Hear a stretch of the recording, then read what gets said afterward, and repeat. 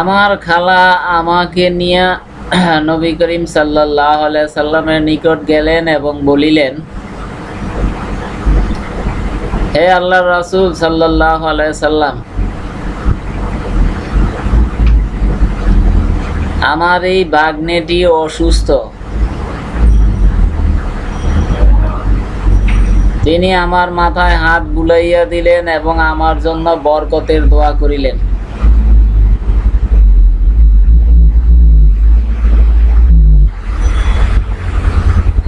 তারপর তিনি ওযু করিলেন।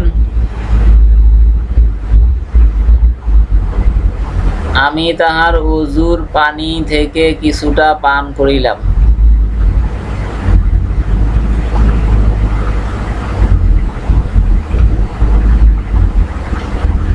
তারপর আমি তাহার পিঠের দিকে গিয়া দাঁড়াইলাম।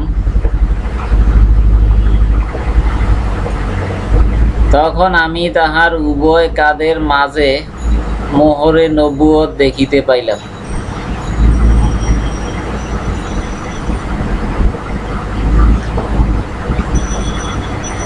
সেটা ছিল খাটের সাদোয়ার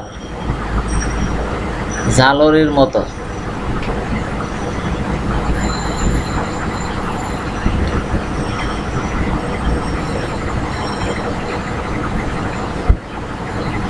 আল হাদিস বুখারী শরীফ হাদিস নাম্বার 5912।